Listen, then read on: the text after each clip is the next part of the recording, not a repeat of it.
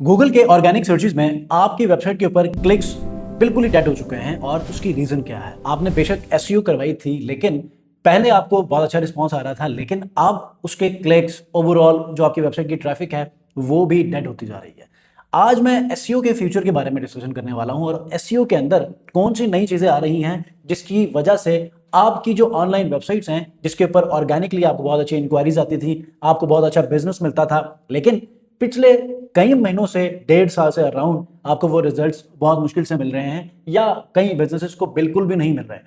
तो आज की इस वीडियो में मैं ऐसे बिजनेस के लिए उनका फ्यूचर प्लान क्या होना चाहिए, एसईओ एक्सपर्ट्स के लिए कौन सी नई चीजें हैं जिनको उन्हें सीखना चाहिए, ये सारी चीजें इस वीडियो में कवर करने वाला हूं। वीडियो को आपने कंप्लीट देखना है। अस्सलाम वालेकुम व्यूअर्स, मैं हूं सलीम रजा हैकल। आप तमाम व्यूअर्स को डिजिटल हैकल यूट्यूब चैनल के ऊपर वेलकम करता हूं। व्यूअर्स, जैसा कि आप जानते हैं कि हम लोग एआई के ऊपर ना बहुत सारी चीजों के ऊपर अपडेट्स लेकर आ रहे हैं और मैं पर्सनली मार्केटिंग के ऊपर काम करता हूं, वेबसाइट डेवलपमेंट के ऊपर काम करता हूं। तो इसमें एआई ने बहुत सारी चीजों को, उसके डायनामिक्स को चेंज कर दिए हैं, उसके प्रैक्टिसेस को 100% आप समझ लें कि बिल्कुल ही चेंज हो चुके हैं। और हमने अब AI based website development, AI based marketing, मतलब एआई के अंदर रहते हुए हमने अपनी तमाम के तमाम प्रैक्टिसेस, हमने अपने आप को उसमें ढालना है। अब एसईओ वालों के लिए कौन सी ऐसी जो वो सिचुएशन आई है कि जिसकी वजह से उन्हें उनके अपने स्किल सेट को अपग्रेड कर लेना चाहिए, या अगर कोई बिजनेसेस अपनी वेबसाइट के ऊपर ऑर्गेनिक ट्रैफिक लेकर आते थे और अब डाउन हो चुके हैं, तो उनको कौन से ऐसे चेंजेस कर लेने चाहिए जिसकी वजह से उनके वो रिजल्ट्स दोबारा से लाइनअप हो जाएं, दोबारा से फ्लो में आ जाएं।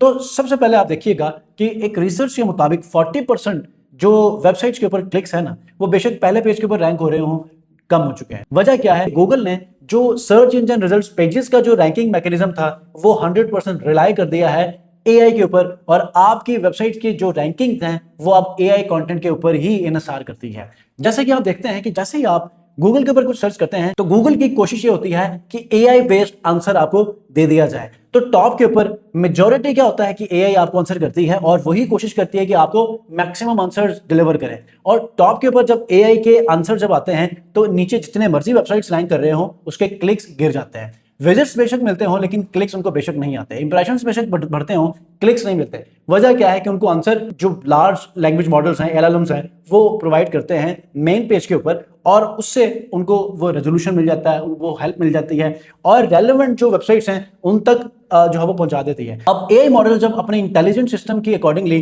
रैंकिंग को फिक्स करती है या उन वेबसाइट्स को, उन क्वेरीज के लिए वो रैंक करती है, तो वो जो एक्चुअल में ट्रेडिशनल एसईओ की मदद से जो वेबसाइट्स रैंक होते थे वो पीछे रह चुके हैं। अब आप लोगों के लिए इन तमाम चीज़ों को टैकल करने के लिए, इन तमाम चीज़ों को आपने हैंडल करने के लिए किन चीज़ों को फॉलो करना है वो हम डिस्कस करते हैं। चैनल पर नए हैं तो चैनल को जरूर सब्सक्राइब कीजिए और इस वीडियो को आपने लाइक जरूर करना है। फ्यूचर एसईओ को अगर आप हैंडल करना चाहते हैं, फ्यूचर एसईओ में वो तमाम की तमाम कॉम्प्लिकेशंस, वो तमाम की तमाम मुश्किलात को आप ईज करना चाहते हैं, तो आप लोगों ने दो चीजों को फॉलो करना है। सबसे पहले आपने आंसर इंजन ऑप्टिमाइजेशन को फॉलो करना है। आंसर इंजन ऑप्टिमाइजेशन क्या होता है कि आपने जैसे देखा है, पहले मैंने एग्जांपल भी दी है कि गूगल के ऊपर जो भी जिस भी क्वेरी के ऊपर सर्च करता है तो एआई मॉडल्स कोशिश करते हैं कि मैक्सिमम आंसर एआई के बिहाफ पे दें। अब टॉप के ऊपर जब एआई का रिस्पांस आता है तो बाकी तमाम वेबसाइट्स का कोई फायदा नहीं है।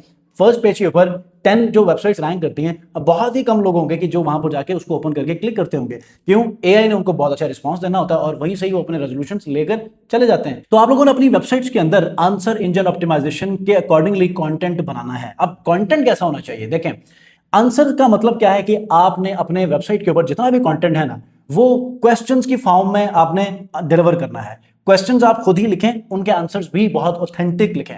इससे क्या होगा कि आपकी जो वेबसाइट का कंटेंट है ना, वो जो एआई टूल्स हैं वो फीचर स्निपेट्स में लेकर आएंगे, वॉइस सर्चेज में लेकर आएंगे, और आप विजुअली अपने वेबसाइट को इतना अपीलिंग बनाएंगे और उनके अंदर कीवर्ड्स को क्वेश्चंस के तौर पे आप अपने जो है वो पेजेस को, आर्टिकल्स को, ब्लॉग्स को ऑप्टिमाइज करें। तो आंसर इंजन ऑप्टिमाइजेशन यहां पर फुलफिल होगी और यहां पर आपको डिफरेंट वेज में, एआई सर्च में, वॉइस सर्च में, फीचर स्निपेट्स में आपकी वेबसाइट का कंटेंट यहां शो होगा। और इसी तरह आपको क्लिक्स भी मिलेंगे, आपको विजिट्स भी मिलेंगे, आपको लीड्स भी मिलेंगे और आपकी अच्छी ग्रोथ भी होगी वेबसाइट की। दूसरा जो फैक्टर है वो है जीईओ, जनरेटिव इंजन ऑप्टिमाइजेशन। अब जनरेटिव इंजन ऑप्टिमाइजेशन क्या है? देखें, सबसे पहले ना आपने जब आंसर इंजन ऑप्टिमाइजेशन को फॉलो किया, अपने कंटेंट को ऑप्टिमाइज किया है, तो यहां पर आपने जनरेटिव इंजन ऑप्टिमाइजेशन को फॉलो करना है। इसमें वही मेथड है जैसे कि मैंने आपसे पहले वाले पॉइंट में कहा कि क्वेश्चंस की फॉर्म में आपने आंसर करना है और वही रैंक होगा। जनरेटिव में क्या होगा कि आपने अपने कंटेंट को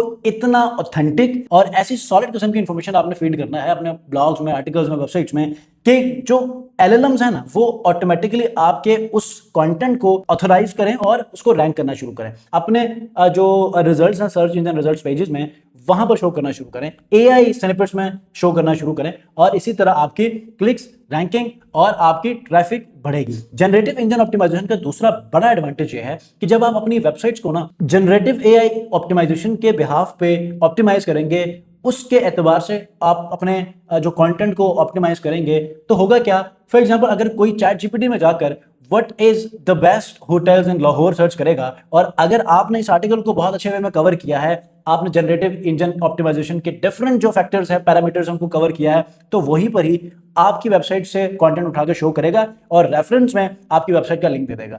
इससे फायदा ये होगा कि जनरेटिव एआई के अंदर भी, एआई टूल्स में भी आपकी वेबसाइट रैंक होगी और इसी से आपको ट्रैफिक मिलेगी, जिसकी वजह से आपको क्लिक्स, लीड्स या फिर आपकी वेबसाइट की ग्रोथ बढ़ेगी। तो आप लोगों ने इन दो चीजों के ऊपर वर्किंग करनी है। अगर ये दो चीजें अपनी वेबसाइट्स के ऊपर आप इंप्लीमेंट नहीं करते तो आने वाले 1 या 2 सालों में आपकी ये अपॉर्चुनिटी भी खत्म होगी, और जब एक नया ट्रेंड एसईओ का आएगा जो कि जनरेटिव इंजन ऑप्टिमाइजेशन और आंसर इंजन ऑप्टिमाइजेशन का होगा, तो यहां पर आपको बहुत सारी मुश्किलात का सामना करना पड़ेगा। आपकी सेल्स ही यहीं से बढ़ेंगी। अगर आप नॉर्मली देखें तो मैंने पहले भी अर्ज किया कि 40% तक क्लिक्स वेबसाइट्स के बहुत ज्यादा डाउन हो चुके हैं, और इसका रिजल्ट क्या है, एलएलएम्स। लार्ज लैंग्वेज मॉडल जो है वो अपने कंटेंट को गूगल के सर्च इंजन के हिसाब से ऑप्टिमाइज करते हैं और उन्हीं को ही वहां पर भी रेफर करते हैं, कोट करते हैं। ये साइटेशन जो होती है ना, साइटेशन कि कोई भी जो एआई मॉडल है वो आपके कंटेंट को एज अ साइटेशन कोड करता है। क्यों? क्योंकि आपकी वेबसाइट के ऊपर जो कंटेंट है वो अथॉरिटेटिव है, वो इतना ऑथेंटिक है कि वो उसको रैंक करता है। क्यों? क्योंकि जो लैंग्वेज मॉडल्स हैं, एआई टूल्स हैं, वो क्या समझते हैं कि वो हर लिहाज से कंटेंट को वो खंगालते हैं, वो ढूंढते हैं, इवैल्यूएशन करते हैं और बेस्ट जो आंसर जिसने भी दिया होता है उसको रैंक करते हैं। तो जनरेटिव इंजन ऑप्टिमाइजेशन हमेशा चैट जीपीटी, जेमिनी और ऐसे दूसरे टूल्स में अपने कंटेंट को रैंक करता है। और ये जो परप्लेक्सिटी है, जेमिनी, ग्रॉक, चैट जीपीटी और बहुत सारे टूल्स हैं, इनके हिसाब से भी अगर आप अपने कंटेंट को रैंक करेंगे ना, आपकी वेबसाइट के ऊपर जो विजिट्स हैं, क्लिक्स हैं, बढ़ जाएंगे। अब ये जो ऑप्टिमाइजेशन इन टूल्स के लिए करना है ना, इसको हम जनरेटिव एआई कहते हैं। आंसर ऑप्टिमाइजेशन गूगल के ऊपर ही आप रैंक कर सकते हैं। तो ये दो चीजों का आप ख्याल रखेंगे तो अगले आने वाले जो 2 सालों में ना, ये जो आप हमें विंडो मिली है एसईओ एक्सपर्ट्स के लिए, बिजनेसेस के लिए, कि वो एसईओ के ऊपर नई चेंजेस करें, तो उसके बाद आपके लिए फिर बहुत आसानी होगी और उस चैलेंज को आप इजीली टैकल कर सकते हैं। कोई सवाल है कमेंट में जरूर पूछिएगा। नेक्स्ट वीडियो मिलते हैं। अपना बहुत ख्याल रखिए। अल्लाह हाफ़िज़।